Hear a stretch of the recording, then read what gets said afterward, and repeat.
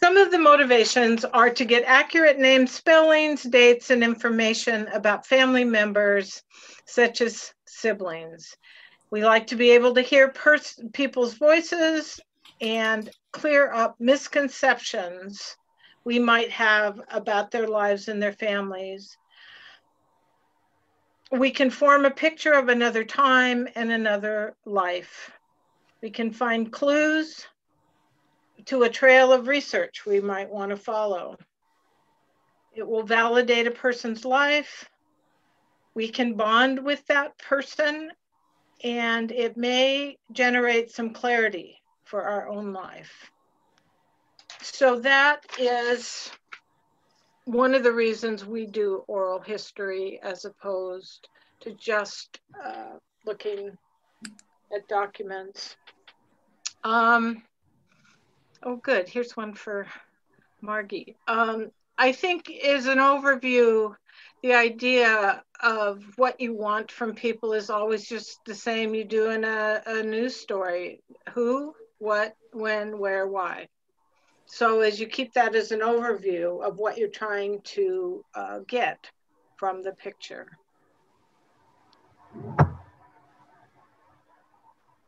Here we go.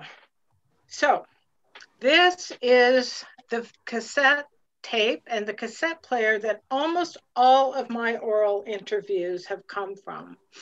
I'm going to ask you all at the end what you guys do, because obviously I need to upgrade my equipment. And I'm concerned about how to preserve these for the future. I mean, this is such a great example because we we had this and we thought this was great. Then we went to CDs, and now I know people are using their phone, but I don't know how other people are planning to preserve this for people in the future.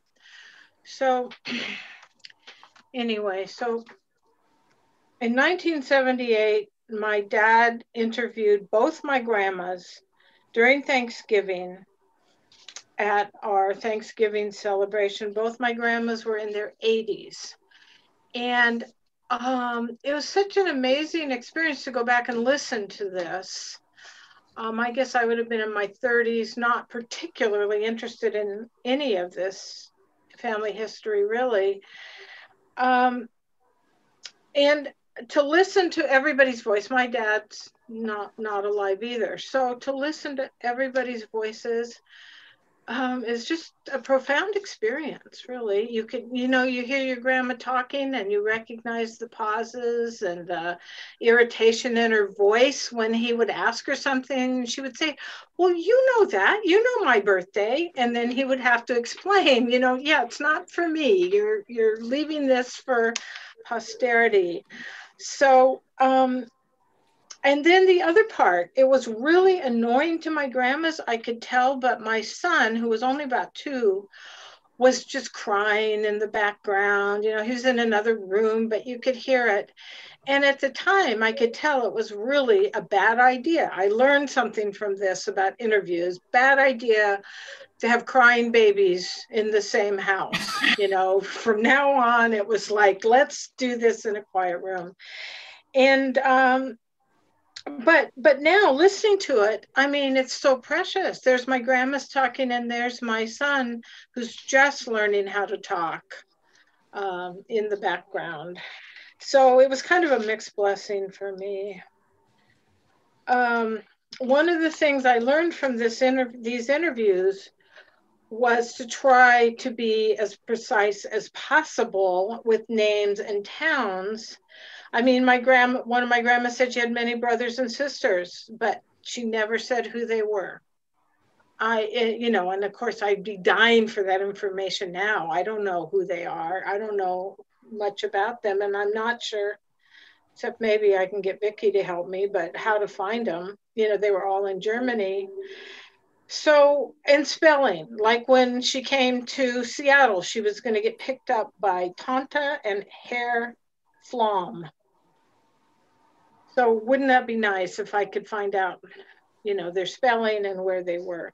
So I just kind of realized, as you go along, there's these certain givens that you kind of want to know, like whether you stop somebody or you go back and ask for spellings or a little more information.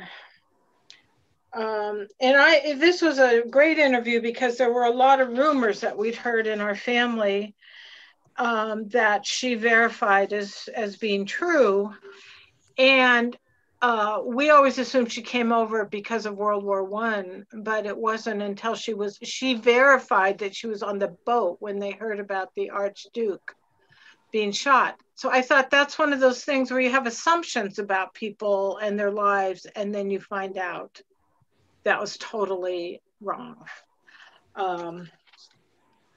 So those were, I don't know, it was really fun, and I'm really glad I did it.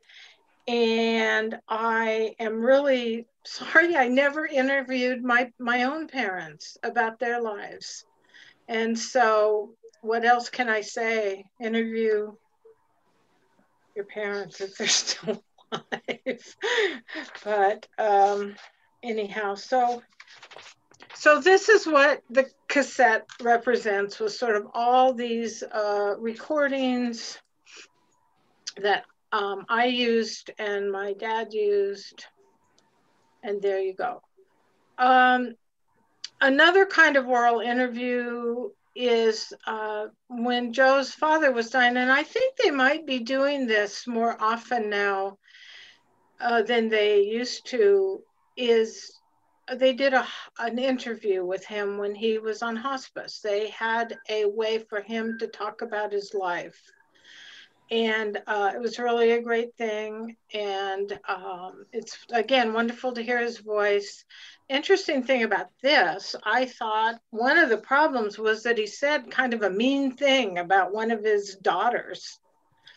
And I thought, wow, that's something I'd be interested what people have to say about something like that. Like when there's this message that's gone out in one of these interviews that's sort of hurtful, and how you handle that. Before he died, we as his children and in-laws made a tape for him, a VHS tape, which again is not a mode that anybody uses anymore. But we had sent him a tape of all of us talking about what we were doing now, the grandchildren, and his family members. And it's really wonderful. We have a copy of that. And I know that sort of goes in the same category, is to see people, hear what they're doing, and communicate. So there's that. The old technology, VHS tape, can go on DVD, and then what? I know a lot of computers don't even play DVDs anymore. So another reason I think to do an oral interview, this one was kind of fun. I took this class at the University of Washington, which is how I got going on all of this. And one of our assignments was to do oral interviews. So I was going to go visit my brother, who has no children, thinks he has the most interesting stories in the whole world, and kept talking about writing, but he never would. And it occurred to me that if I were to do an oral interview of him and concentrate on his stories, not so much with him like his life details, but make sure that I asked him and gave him room to tell all his stories that he felt were so important for his nieces and nephews to have, that this might be a really important thing for him in his life. I mean, I think, our family members will enjoy it, but my real motivation was sort of validating him as a person in the family, even as just a person, because, he didn't have a lot of social interaction.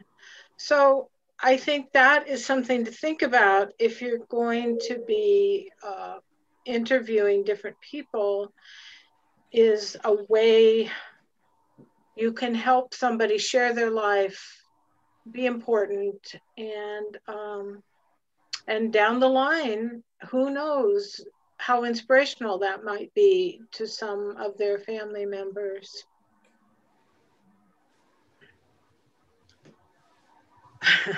Along with that, I decided to do another kind of oral interview. This one was really exciting to me because my parents had best friends all the time we were growing up. They'd met these people before I was even born, and I was the oldest in the family.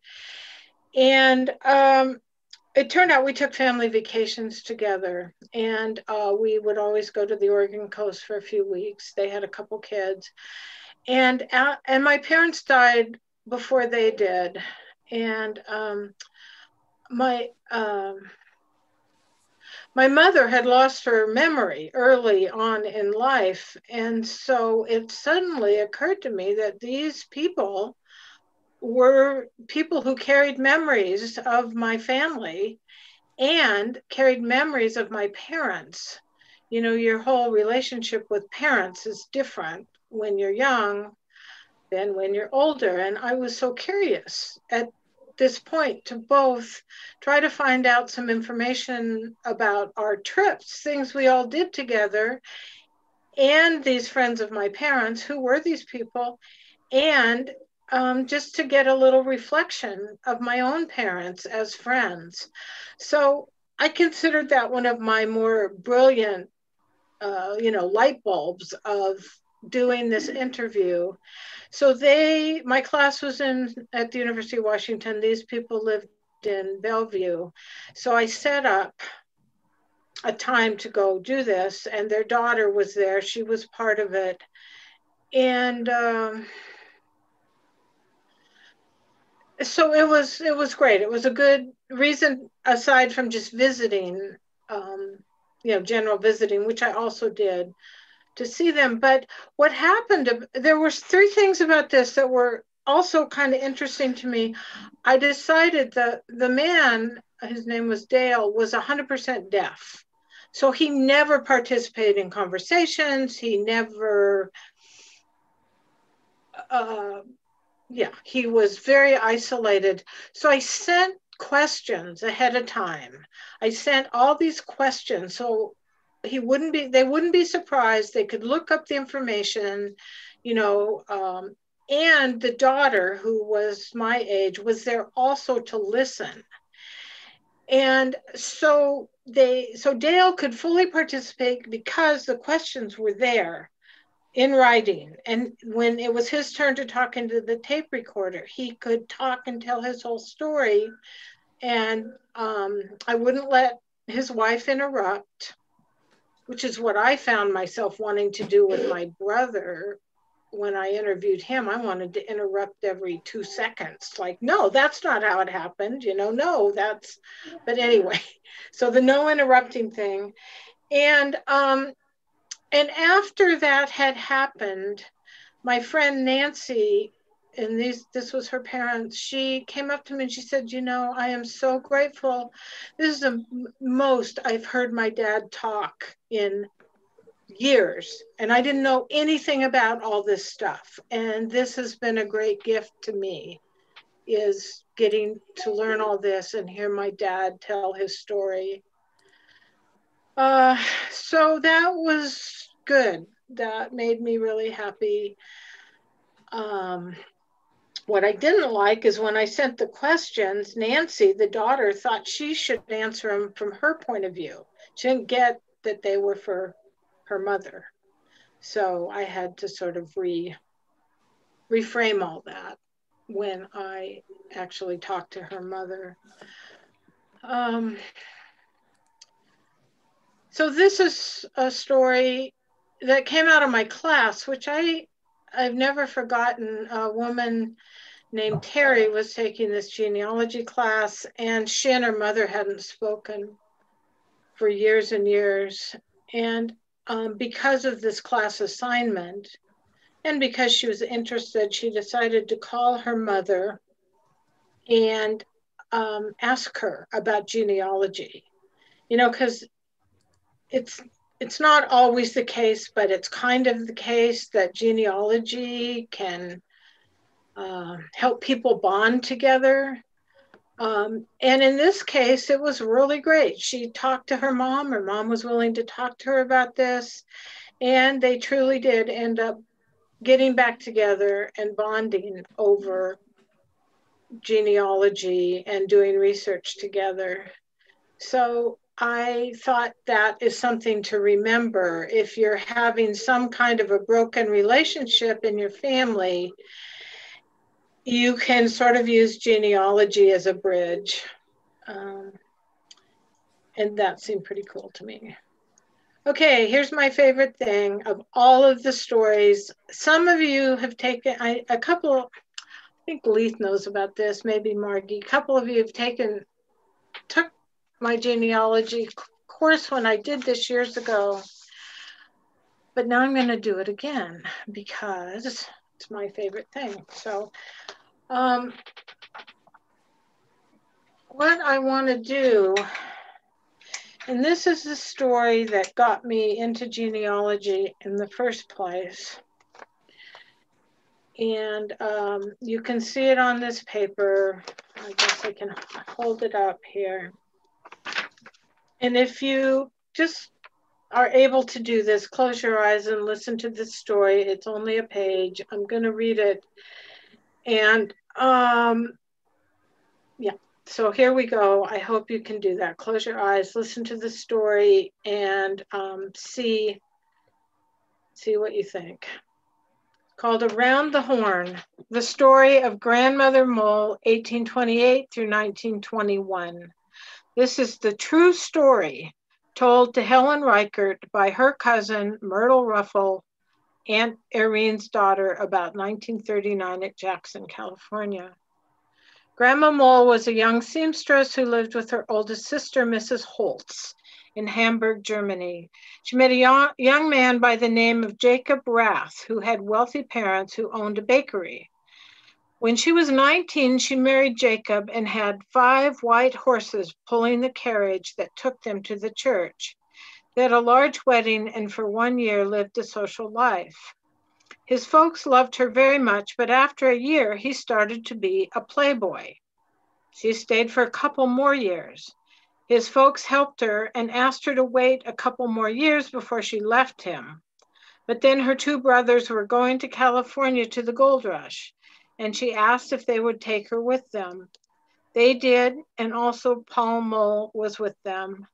They came to California via a way of the Horn. Grandma Mole had to dress like a man, so the other men, so passionate, would let her alone. She was the only white woman for 6 months at Jackson, California, 30 miles from Sutter Creek. After 6 months, another shipload of people came from Germany, and among them was Jacob Rath, her husband. He pestered the life out of her to come back to him, but she refused. So her brother took her to the first magistrate in the nearest big town, Sacramento, where she got her divorce. She had 2 children by Jacob Rath, Melina and Jacob.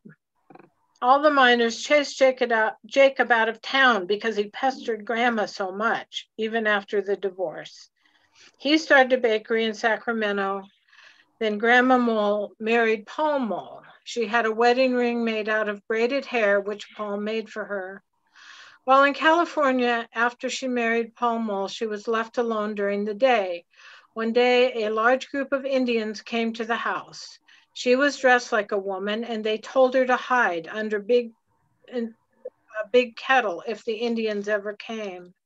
She did not see them till they got up to the house. She didn't know what to do, so she pointed to her mouth and asked them if she could feed them, which she did. They did not harm her.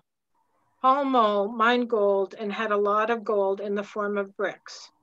One day, Grandma Mole went down into the mine where he worked and afterwards said, We're going to Chicago. All the gold is not worth you working in a place like that. They left California and went through the isthmus, came up by train to Chicago. She was pregnant at the time with Aunt Irene. At the train, they met people by the name of Hanson, who had the Hanson Hardware Company in Davenport, Iowa. They persuaded them to come to Davenport and put their money in the Cook and Sargent Bank. The next week it failed. He told Grandma Mole, go back and dig some more gold. Paul was a young man at the time, but he got a lawyer. They settled by giving him a farm at Walcott, 160 acres. There, 5 children were born, Irene, Anna, Gustav, Harry, and John. Paul Mole died when Aunt Irene was 13. He left 2 farms. They moved to Davenport after that. Grandma Mole left $100,000 and was 93 years old when she died. Grandpa Mole was 51 years old.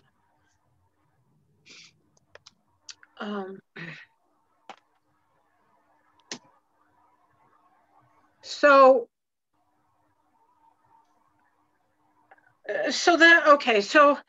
that story was interesting to me for a lot of reasons. One, I keep thinking if we all just wrote 1 page of our life or 1 page of someone's life that we knew, how amazing that is, that this could just pass on. This is like the one thing, that still stays viable, is a 1 piece of paper with writing on it about this woman's life.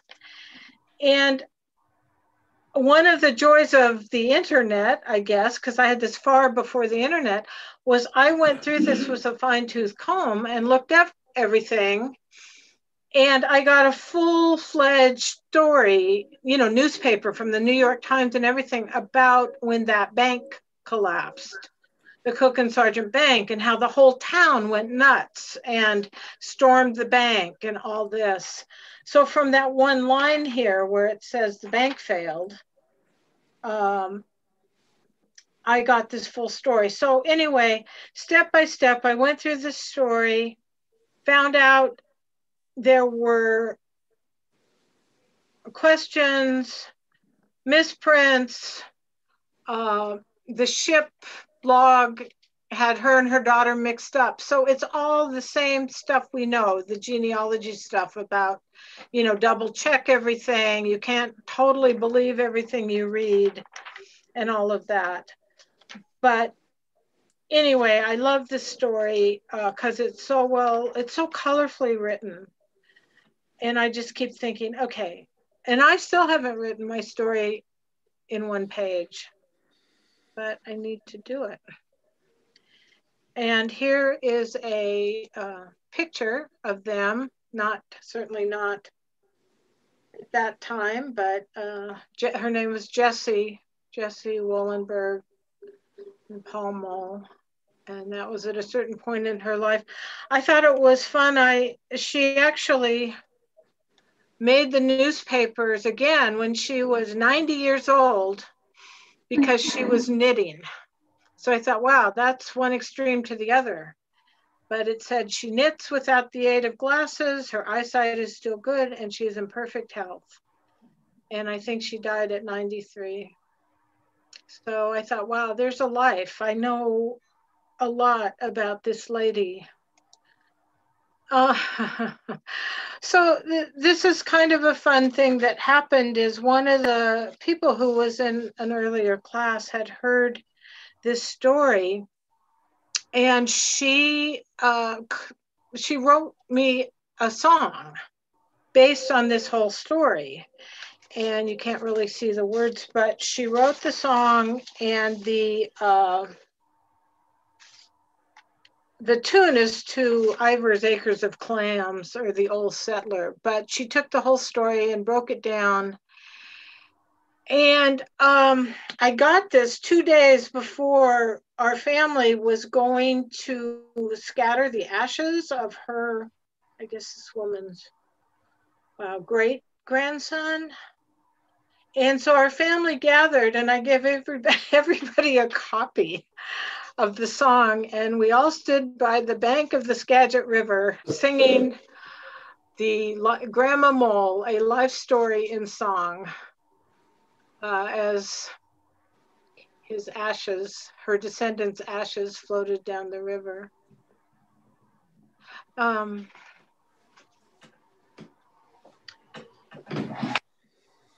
So yeah, there you go. I think that's it. I guess what I would love to do, is talk about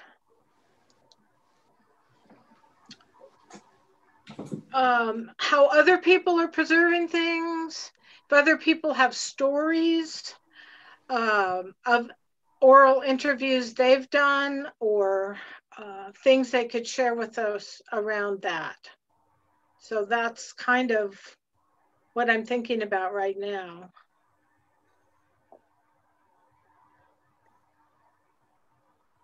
So Kathi, there was a question here. Was the bank failure part of the 1929 crash? No. Although, you know, it's interesting. It was a precursor. It was not part of that crash. What years were this? Oh, one of the things about this, I started by reading this. It said, Jesse was there in 1939. That was totally wrong. It was a misprint. It was more like 1959 is when that bank crashed. 1859. So it was quite before that. And I read this before, I think, our 2008 crash. And it just got me thinking, when you hear sort of information sort of off in the distance about financial catastrophes with banks, maybe you need to take it seriously. Okay. Kathi, I have something to share briefly. Yeah. If everyone is interested. One of the, Jim and I were married 5.5 years ago. And one of the things that we hadn't gotten around to until recently was sharing all of our photos and other memorabilia. So we knew more about each other's lives. And so I gathered up all of the, boxes and albums, and you know how we save these things, of Jim's stuff and of my stuff, put them in the guest room, which is where we watch TV, and we started sharing it. And one of the things that I discovered amongst the things my mother had left behind, she did leave albums of photos and so on, was this very fat notebook of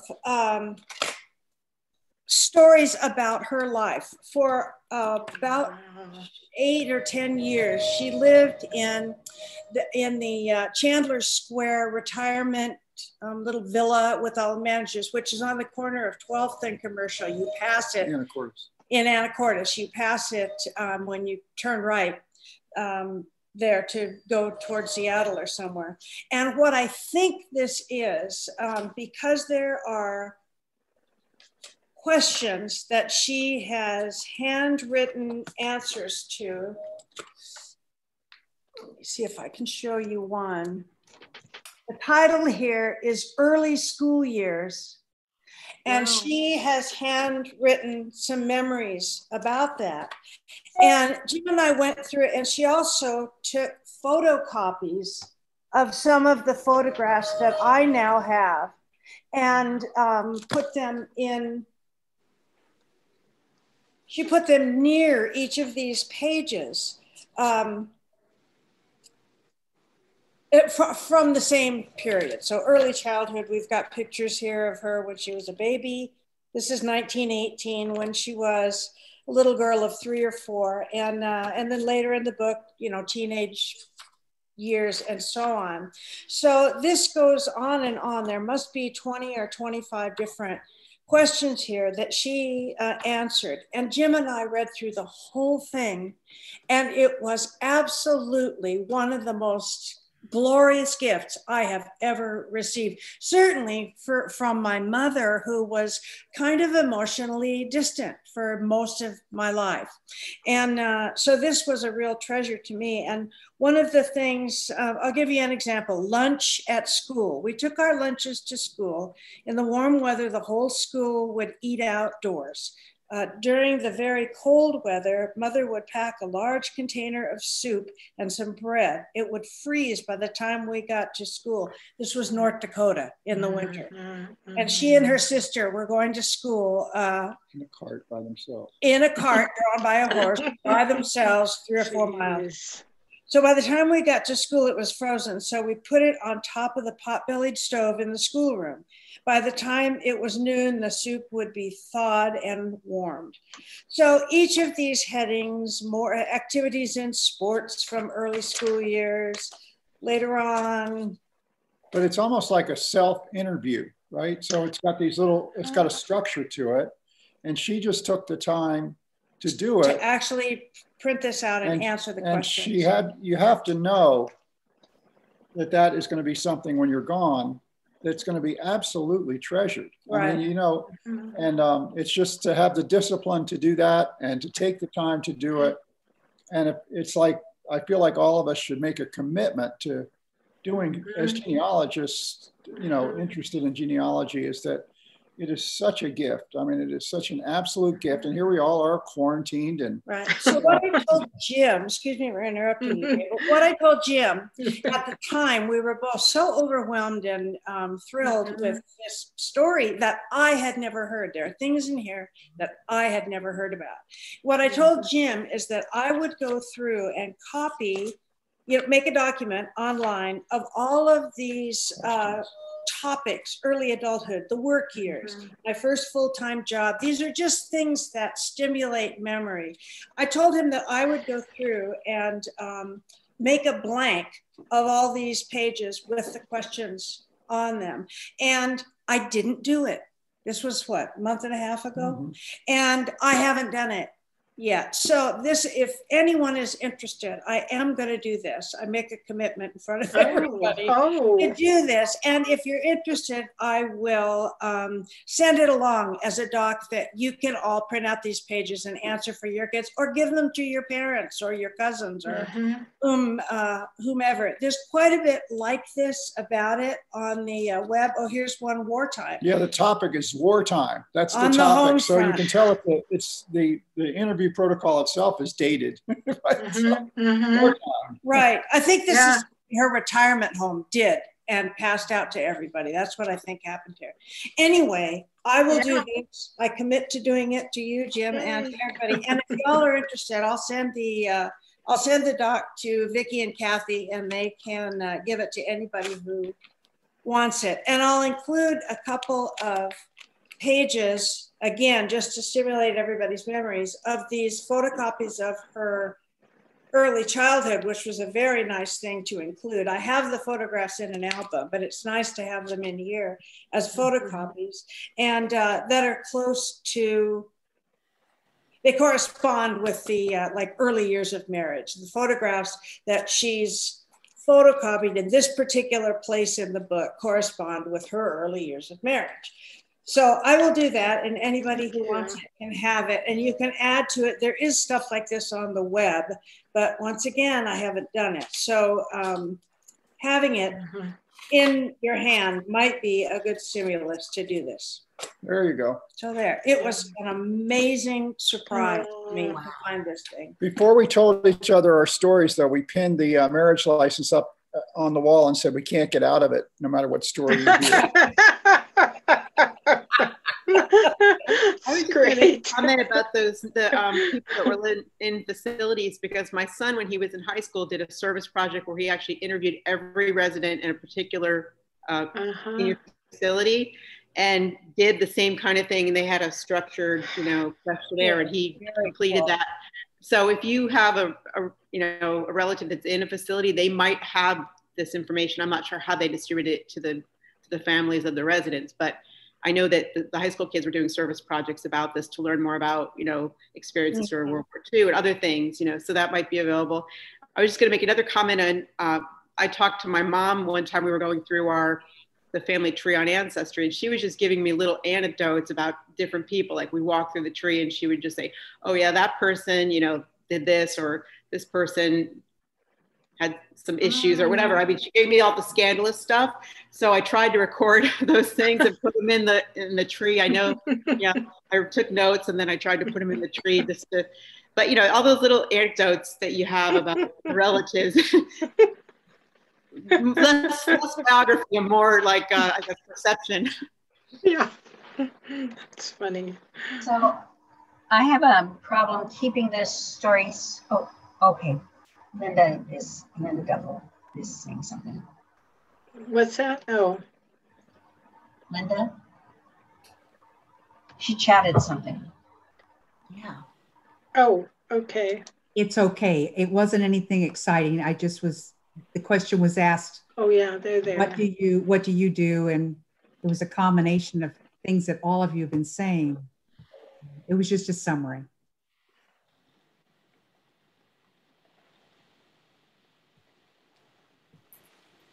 I was going to ask, I think I alluded to it in my chat questions, but the difficulty when you come from a big family whose parents came from a big family in keeping the generations and keeping the families straight. Like, okay, my dad's family was Doyles, my mother's family were Wileys. And I remember it wasn't that long ago just being dumbfounded to realize that my cousin, Cynthia Digby, has a whole other family to account for, the Digbys, because her mother, Violet Wiley, married Tom Digby. So, you know, as I say, both my parents and their parents came from big families, and many of the names in those families were the same. So I'm trying to figure out now, was this from the Henry Doyle family, or was it from the Eva Wiley family, and so on? I have a cousin in my generation who is also interested in this, and she has gone back to distinguish between grandfather Doyles and Granny Doyles, who was English. That was her maiden name, English, generations. And so we go round and round. Are we seventh generation Englishes, or are we seventh generation, are we eighth generation Doyles? And plus they, you know, having similar names, like the name Francis ran in the family. So my grandmother, English Doyle, her name was Frances Manuelita English, and her daughter was named Frances, and she went by Frankie, and their cousin was named Frances, and she grew up with her family in China in the 1930s, and I think that's where she got her nickname Fantian. Her name was Frances, but we always called her Fantian. And anyway, so Vicki, I applaud you and Jim for undertaking this project, and it's, I think, a great, laudable way to spend quarantine time. I'm trying to do it too. Oh gosh. These damn Catholics. Oh, sorry. Yeah. Well, does anybody, since I didn't address this at all, the topic about Zooming on Thanksgiving, is anybody else got ideas on how they're going to do that, or if there's going to be anything like a genealogy question going around or anything? my question in asking family genealogy questions is, what do you do when people have conflicting stories? So, like my brother, who's 8 years older than I am, and his wife are, for years, have been so annoyed with my mother, who died 20 years ago, for sending him off on a plane by himself to Los Angeles to visit his grandparents there. And that he maintains that they sent him by himself. And I just can't believe that it was that black and white. I mean, I'm thinking probably my older brother was with him too, or else, you know, they set up, you know, the airline stewardess or somebody to look after him.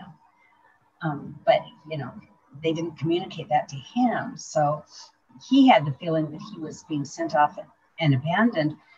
And my parents, I think, had the idea that my dad had gotten a great bonus that year for his job.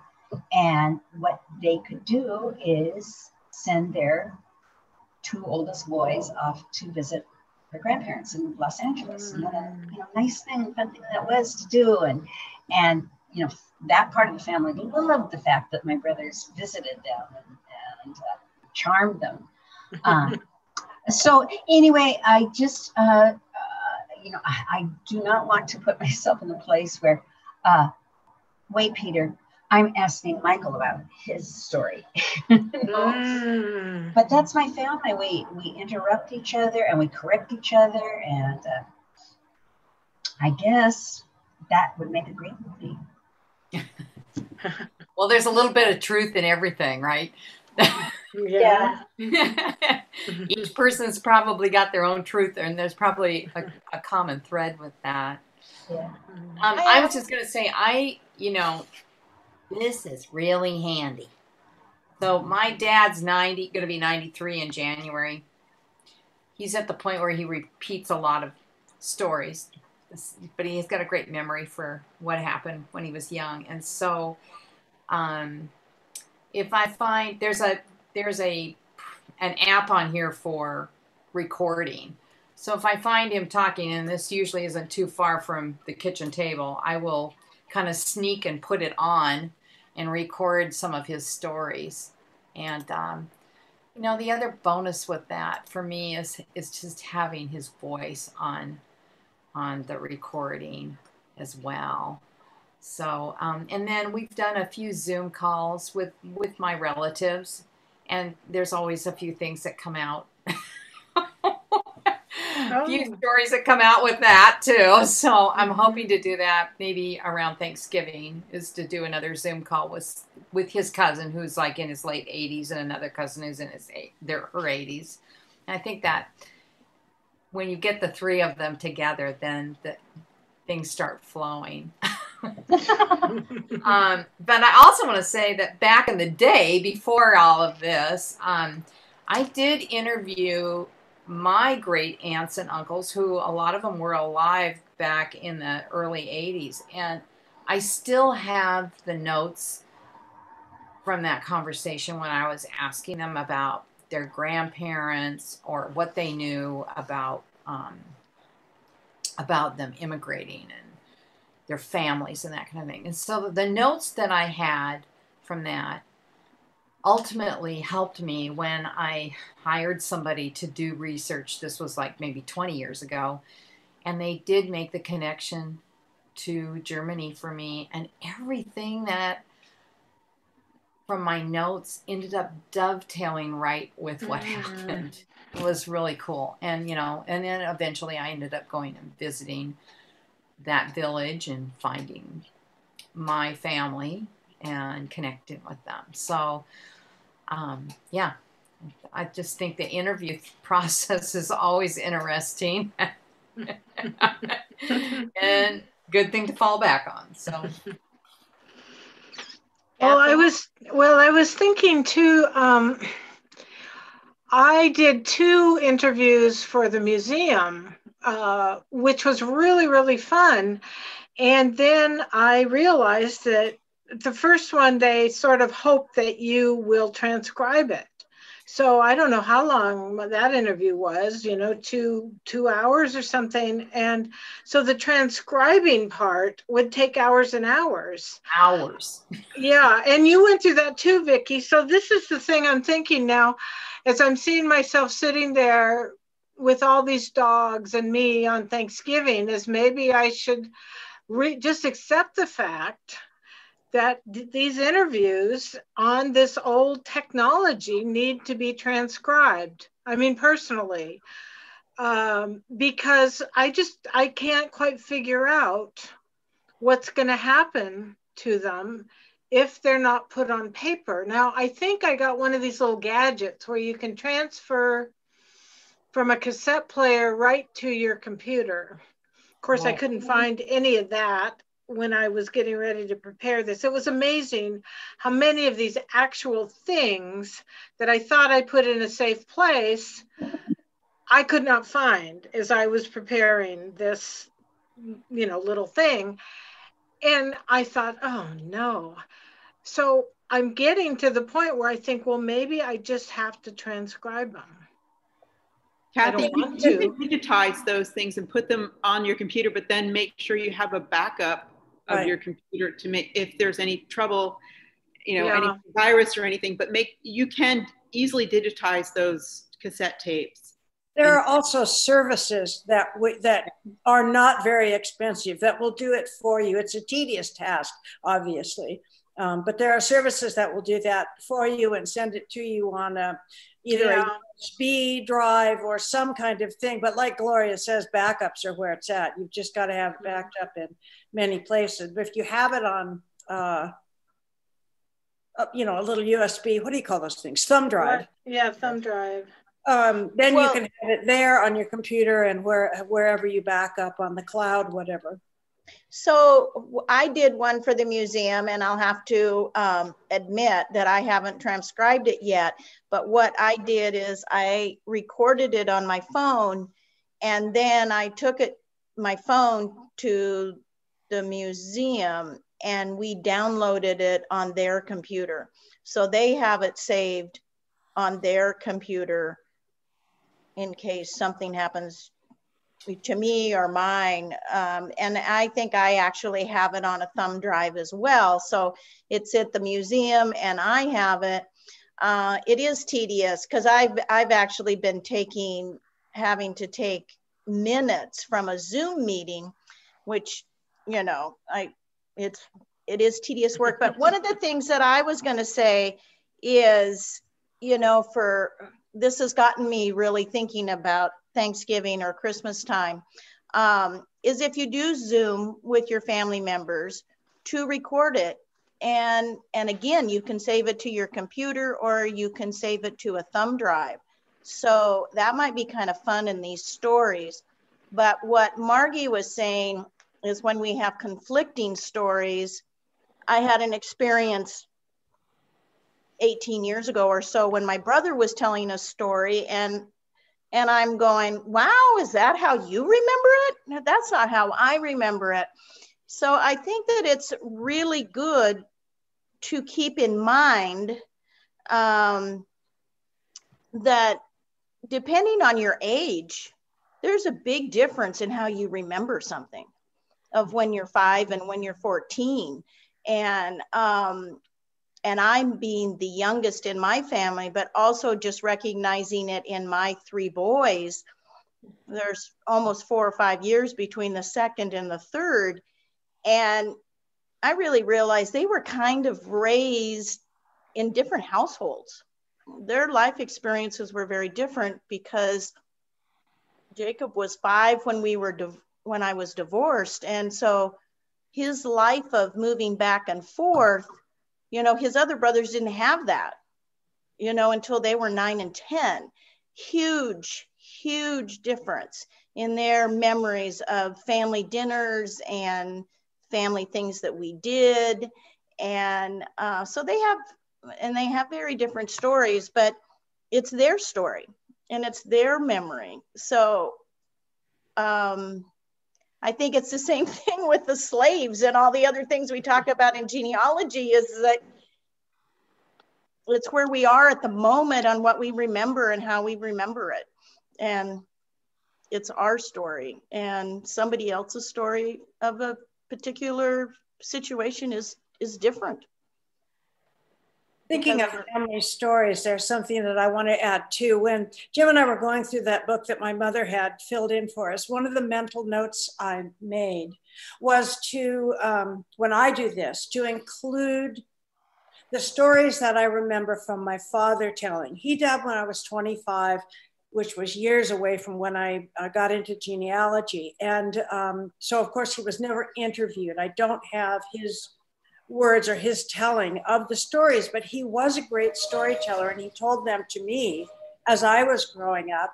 And so I'm sure I don't remember them entirely, but I remember enough about them that they're interesting. He grew up on a ranch and, you know, there were lots of good stories there. And so I want to get those down, because when I die, they'll be lost if I don't write them down. So they're probably not going to be accurate. They're certainly not going to be complete. But it's something that I wanted to add to, and I will add to the topics listed when I do my own quasi-written history, oral history for my family.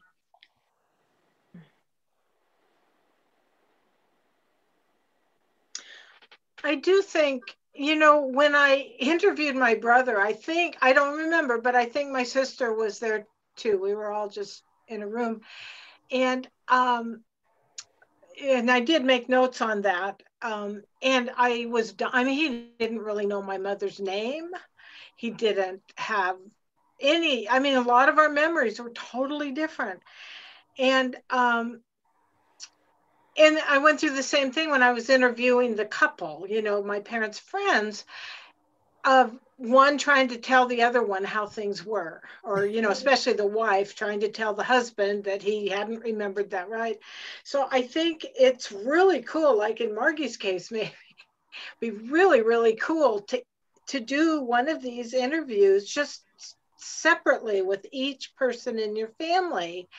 And I felt really happy that at the end of our interview with my brother, I could tell him my mom's name. I thought that was a great achievement, that at least I can contribute something to his knowledge base. But so it seems like that's the key, and just be interested in, like, whoa, here's 5 brothers and sisters, here's their story, and the same event, and how fascinating that would be. So. My sister and I are the 4th and 5th siblings in our family. And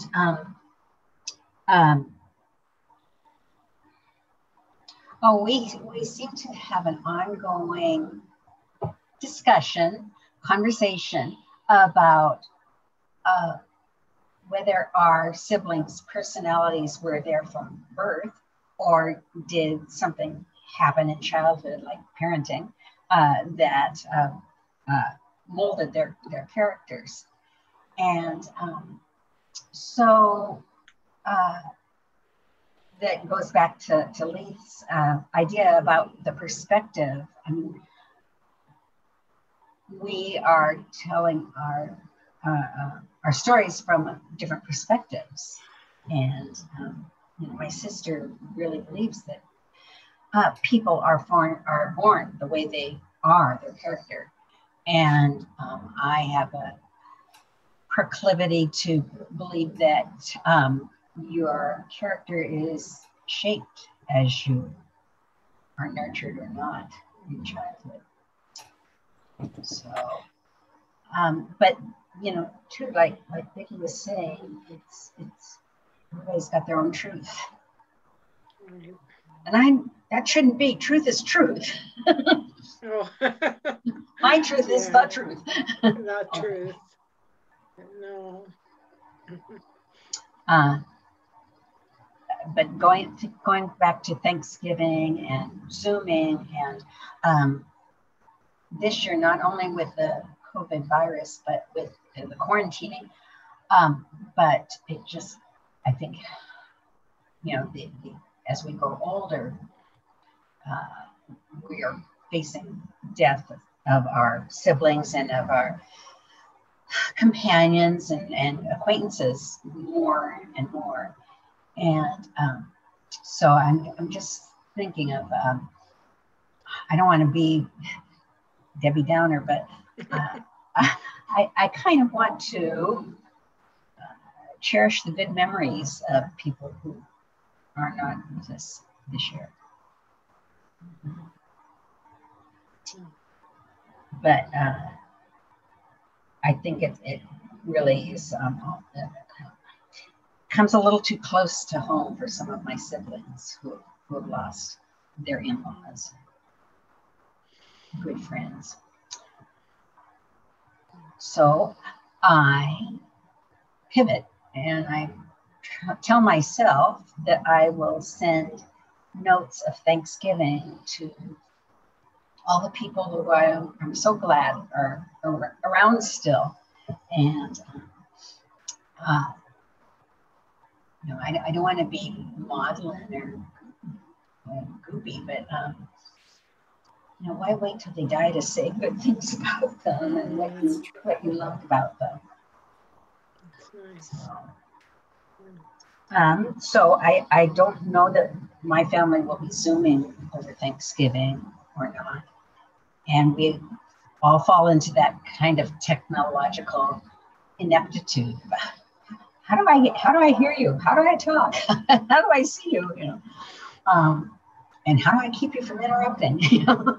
But anyway, I just think that Thanksgiving is a great time to do Zoom interviews and to really capture people's personal histories.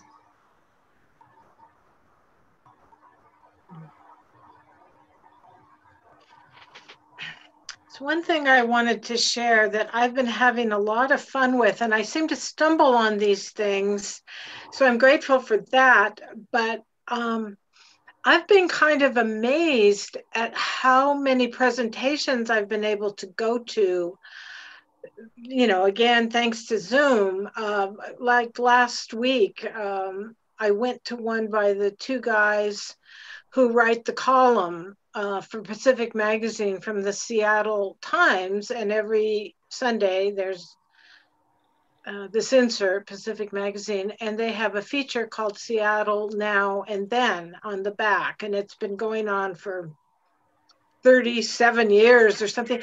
But I just somehow stumbled on the fact that they are, I think, maybe even speakers with the Washington Humanities, and they gave a presentation through the Falls City Historical Society.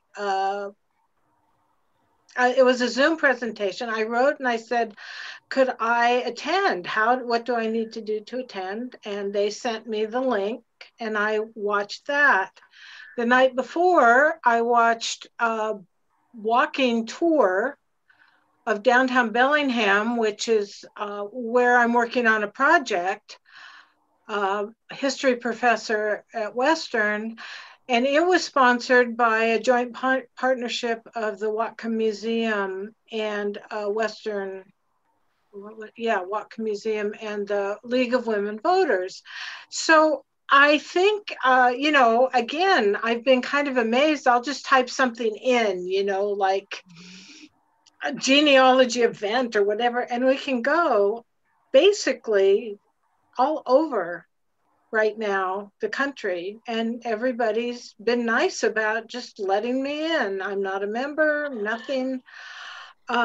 So I've been having a lot of fun just sort of peeking in on these other genealogy groups or historical groups. So it's something, you know, if you've run out of, gosh, Joe and I were talking about that TV show that came out at the beginning of the pandemic, the one about the Tiger Man. Oh, Remember that? That was like everybody was talking about the tiger guy, and I thought, whoa, whatever happened to that? But anyway, so they're all out there. They're just, you just have to search a little bit. Mm-hmm. So my latest pastime. Well, and piggybacking on that, you know, my reading is I always have loved historical fiction or historical narratives, and I came across this great biography of Lincoln by a man who lives in Port Orchard, close by here, and it's based on Lincoln's words or speeches or writings or legal arguments. And so I you know, just more respect for the written word and the transmission of character and personalities through the ages. So now I'm reading the biography of Paris, not a biography, the history of Paris in the 1930s before World War II, and how you can all see, you know, in hindsight, you can all see it coming and building, and, you know, somebody's trying to do something and everybody else is saying, no, no, it's fine, it's fine. Anyway, history and genealogy is fascinating. Most definitely. So I have a question for Gloria. Are you there? Do you remember when you brought to us, I've thought about this a lot, a way to identify pictures in the times of those photos? I think you'd read an article or something, and you know what I'm talking about? Like you'd look at the dress of the people and then you could say, oh, that picture, they must be from the 1930s or something. Is that something you would be interested in going into further and doing as a more standalone kind of presentation? Did you go any more further with that? Yeah, I can do something about it. I'm not sure if it's a full presentation, but I do know that that database has gotten really beefed up now, like where they actually digitize the photos. They do some facial recognition analysis to try to see who it might be, and then they look at multiple photos to see if they can match, you know, even commonalities within the photos within the family. And it's part of the National Archives too, so it's all being maintained through that. But I can do some more research on it and then, you know, put something together if you are interested. I'm really interested in that. It's just if you're up for putting some more time into it. Sure. Yeah, I'd be happy to do that. When do you? Fascinating. I don't know. February, January, February. Okay. Vicki, does that sound? Yeah. Okay, I will work on that. Thank you. All right, welcome. And I guess I'm wondering, we talked about, well, like she said, maybe a survey. Is anybody working on anything right now that they're going into more depth with and would maybe want to share? I know every once in a while somebody's diving into something. So I'm going to jump in just to say we have to leave a little early for an appointment at noon, but thank you so much, Kathi. It's been great. Really great. Always. Thanks, Susan and Jim. Yeah, good to see you. Thank you. Bye-bye. All right, well, we'll keep moving along on this. I'd like to find somebody who, and you know, there's people who do things on house histories. I mean, Vicki's done a little bit of that, but I think that would be kind of interesting. I don't know if Sandy Straylew do anything for us. You know, she's the architectural preservationist for the city of Friday Harbor, town of Friday Harbor. But I think there's a whole method of doing house histories. So when I did mine, I was really just doing the history of the land, you know, the land, I live on through the San Juan County Polaris. And it's very interesting since they've got records loaded back to 1865. It's well, amazing that that's all on there. But I've also done something like that for my Port Madison Bainbridge Island page, where I did that on the Kitsap County website too, because they had historical pictures, and they also had the appraisals for back in the 40s and 50s. Wow. So, Vicki, that really interests me because I live on the Port Madison Indian Reservation in the little beach town of Indianola. Oh, and there's been some talk lately about the lease of the property by the Port Madison Indians over 100 years ago, and leases were good for 100 years. And there's been some talk about renegotiating them. And I think as the casinos build up revenue for the tribe, that they are kind of in a position to pursue that. And so it's a small world. That's really interesting. I used to live in Suquamish. Yeah. I owned a house, or you know, a mobile home there, and it was on leased land. And at the time when I got it, it was like 70 years or something. I'm sure glad I don't own it anymore because it's rather worrisome, you know. But the page I'm doing this on is actually Port Madison, an area, you know, on Bainbridge. That's because that's where I grew up, and there's a lot of. It actually used to be bigger than Seattle. that town, and I think it was the first 4th of July that was celebrated in Washington State was at Port Madison too. So it's pretty interesting. But yeah, there's a lot that's available on some of those assessor sites for tracking history of your home. But I don't know. You know, I've done a little bit in Seattle, but not too much. But it would be great to get Sandy Strelu if she could educate us on that a little. Yeah. Well, I can talk to her. I know she's busy, but anyway. So, yeah, a little different track, I guess. Yeah. And then your survey, if there's anything in particular, people are working on or interested in. What are people here planning on doing for Thanksgiving? I don't know that I'm going to have anybody over.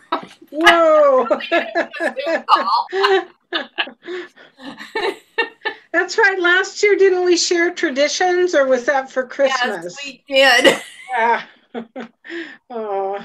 Was it Dolly that had that fabulous story with photos of her turkey? Oh, yeah. Really? Turkey. I'm sorry. Do I need to apologize for that? No, we love that. No, we loved it. It was awesome. Well, you know what? Since you mentioned me, we're going to be back in Atlanta for the rest of November, December, January, and probably back on the island in February. But my niece in Atlanta has invited both sides of her family, her and her husband, to come over to their house and eat outside. They're going to provide all the food, or we can bring our own food. They have heaters outside. Of course, Atlanta, this time of year, the temperature is still temperate, we're rather mild. And people will be wearing masks and can stay distant from each other, and it's purely optional. So I thought that was a very creative, appropriate way to celebrate a family Thanksgiving. Wow. Yeah. Sounds good. Happy Thanksgiving, everybody. Yeah. Thank you. So has everybody else got plans like Dolly's in mind? Or Kathy's with their 7 dogs? We're going to a friend's house and we're going to eat outside. We're going to do the same distancing thing. Yeah. But our kids are in the East Coast, so we're not going to see them, and we'll probably Zoom with them during the day, but we're going to be at opposite ends of the table with some friends and eat outside.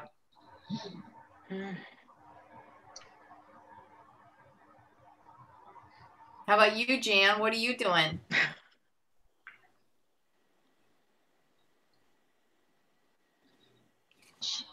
Jan, are you still with us? There you go. Oh, there.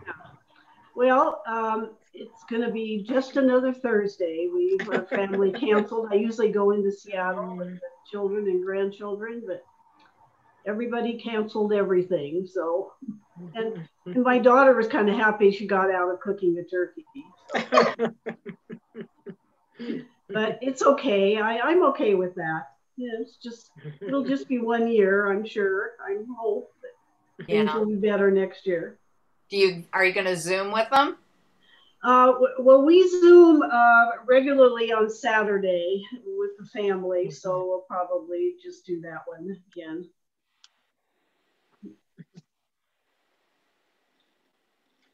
So my Thanksgiving plan was turned around when I learned I'd been exposed to someone who tested positive for COVID-19. Oh, no. And up until then, I had plans to visit my son in Tucson, Arizona, where he moved last year. And so the day before, he told me all along that he could, change the flights and it wouldn't be penalized. But it was the day before that I realized it wasn't going to work for me to go down there. And so that, and the Seahawks losing on Sunday kind of, because that was the day I was going to fly down there. And then the continuous rain, I just tell myself, and this, I think of Susan and Jim and their commitments of, I tell myself, my grandfather wrote his books, 75 years ago, and I'm transcribing them. And I tell myself, if he could sit in his chair and write these, histories, then I can sit in front of the computer and do that. And then the computer goes out. And but anyway, so to put a bow on it, I think it's probably my daughter and I are probably just going to do something like any other day too for Thanksgiving. So she has a friend who, 10 years ago, it had been 3 years, lost both his older and his younger brother to cancer. And but I think, he might be appropriate to, invite him over because he likes to come over to Indiana. But the short answer is no, I don't have any plans for Thanksgiving, except to send out these Thanksgiving letters to people. So I was talking to my son in Bellingham, who definitely said, because yes. So this odd Thanksgiving. So I'm thinking, well, my son who lives in Bellingham, maybe, we'd get together. And he's like, no, not getting together, not going to do that. Then we went into this whole fantasy of our dream Thanksgiving. So I'm the person, when I go someplace at Thanksgiving, because I work all year long, not to indulge in my potato chip, I don't know what the word is, but Thanksgiving, there they are. People put the potato chips and the dip out, and by the time dinner's there, I have just eaten like every potato chip on the table. And so I thought, well, gosh, if that's how it turns out, you know, if I'm just over in Mount Vernon by myself with the dogs, I could have a whole Thanksgiving of potato chips and varieties of dip. And he goes, oh my God, I could have a Thanksgiving of Swedish fish and a candy things. And I just thought, oh my gosh, that's so funny. Everybody's bad food habits just in one day. I know. So that was a cheerful thought while we zoom away. Hey, Margot, could you read this thing that you posted and let us know what you're doing? You can hear me. Who are you talking to? Margot. Oh, Shaw, Margot Shaw. Yeah. Is she there? She's on mute. Did you see what she posted? Yeah. Yeah, about historical museums. Yeah, she says some of you maybe remember when the museum did 3 years of historic structure tours. The first was Rosario, the second was lodgings, and the third was historical barns. We created notebooks with the history and photos. Would be fun to explore some of those. Right. There she goes. There she is. There I am. I'm sorry. And I'm sorry you can't see me because I'm not dressed in the proper clothes to be at the Zoom meeting today. All good. Pajamas, Margot. My bathrobe is not very attractive. Anyway, yeah. I was just over at the bookshelf pulling out one of Boyd Pratt's books that he has written. And if you've heard any of his talks, he might be a fun one to have to talk about he's a historical architect or an architectural historian. And he's the one that put together the 100 Barns with, what's her name over there on San Juan? You mentioned her. Sandy. Yeah. And so having a perspective on the people that have been involved in these structures is really fascinating. And you also mentioned, history, house histories. Back when I was living in Massachusetts, one of the, goodness, am I doing that?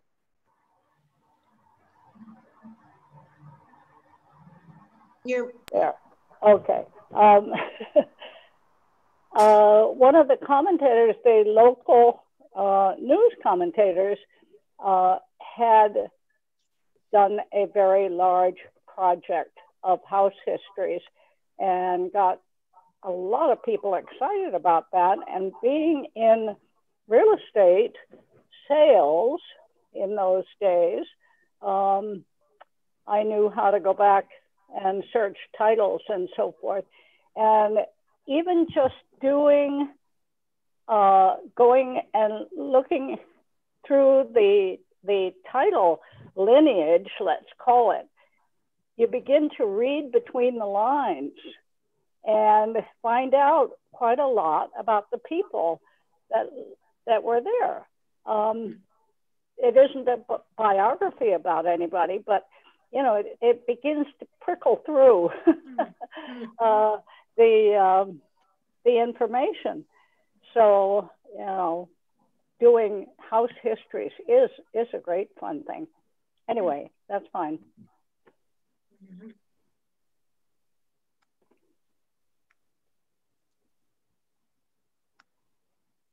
Well, are we caught up? It's fun to just visit a little bit. I was hoping, we'd get to do that, which we did.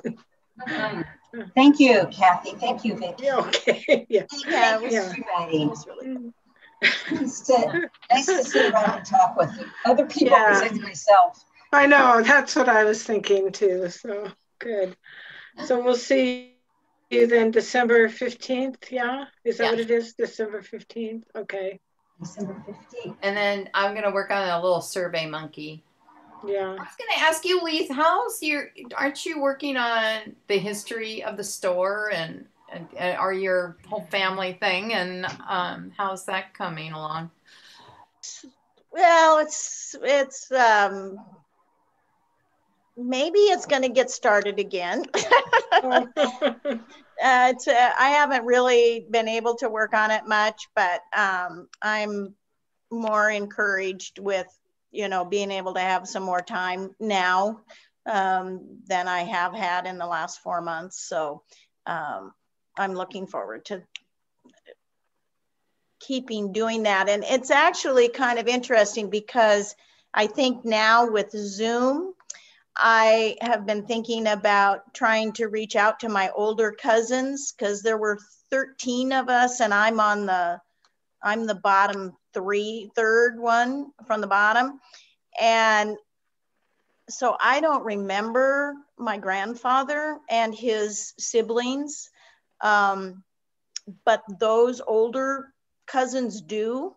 And so I've been sort of thinking about just trying to email them, but now with Zoom, I'm thinking maybe this would be the thing, is to just have them write down 4 sentences to start of a story. You remember when you did this or that, and trying to get some of those things down. There are funny little stories, you know, like the day after my grandfather Templin died, he always had, my grandmother always made this hot cereal. It was, there still makes Zoom. You can still buy Zoom, but you can't buy Dynamite. And it was Zoom and Dynamite. And my sister comes around the corner and she was only like 4 or 5 or something. And she looked at the stove and she said to my grandmother, "Where's Grandpa's kind of mush?" Oh.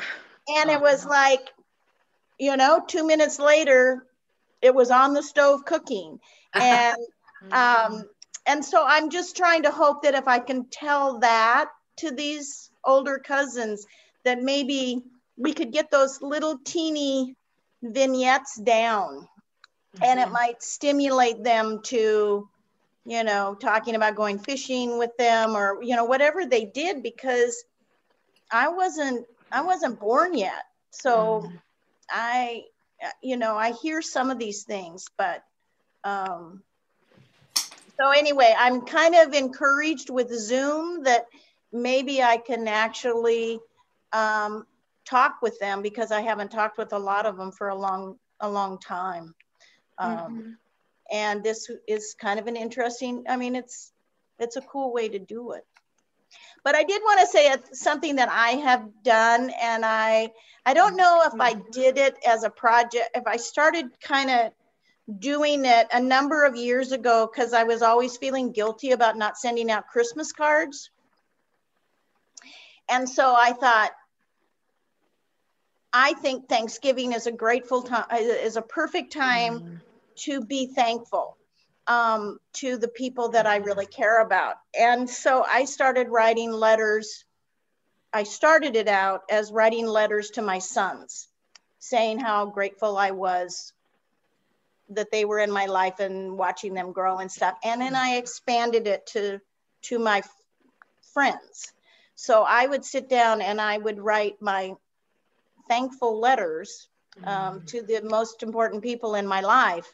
And I'd send them out at Thanksgiving. So I still don't send Christmas cards. But that's kind of just what I have done. I'm having a hard time getting inspired this year to do it. But it was a fun thing for me because I got special paper, I got a special stamp, and I hand wrote them.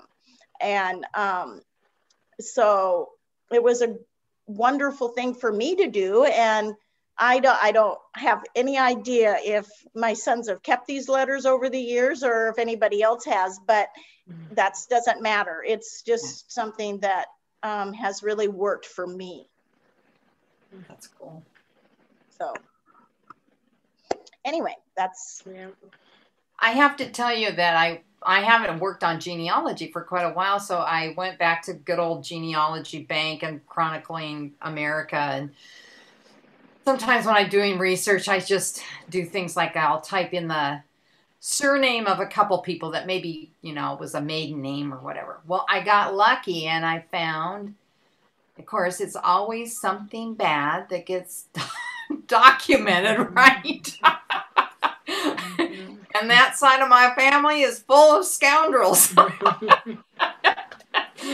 I happened and found another set of family, that this man, Orville Newton, or his name was Orville Lord Parks, had fathered, which, it just opened up this whole thing. So I started going down that rabbit hole, and that's how why I posted on the genealogy page about finding this grave for a person named 10 Million. Oh, that was weird. He was actually a baseball player, and it had a little biography, and then it had the woman that he was married to that was one of the people I was researching. It was just such a great little discovery. Such a great name. Yeah. Was it penicillium? I think Vicki and Kathy, in all of this genealogy stuff, I think one of the things that should be at the top is you have to have a sense of humor, because we all have some skeleton along the way somewhere that we're not so excited about, but you know what? Exactly. So, just to hear you laugh about it, it's just like, I think that should be, if you're going to do genealogy, you really need to work on your sense of humor. Oh my gosh. Well, this little article that I found, and when I did the 2 surnames, it was about this man named Orville Newton Parks, and he was an uncle to this other guy, and he was hitting on his wife, trying to get her to leave him, and so there was the police were called, and there was a report filed, and so wow. Because it said he was the uncle of this other person, and so I'm like, well, who is this guy? I've never heard of him. Wow. And that led me down to 10 million. So. Yeah.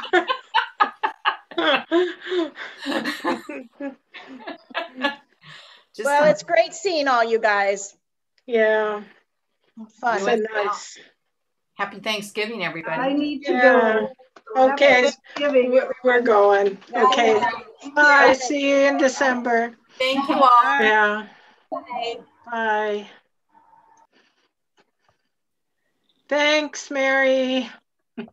Yeah, thanks, Mary. Okay. You are welcome. All right. See you next month. I And will happy be Thanksgiving to you. Yeah, happy Thanksgiving. here. Thank you very much. You too. Okay. Bye. We'll see you guys. All right. Yeah. I guess we're good. I guess we're just going to go. Yeah. Yep. We're just going to go.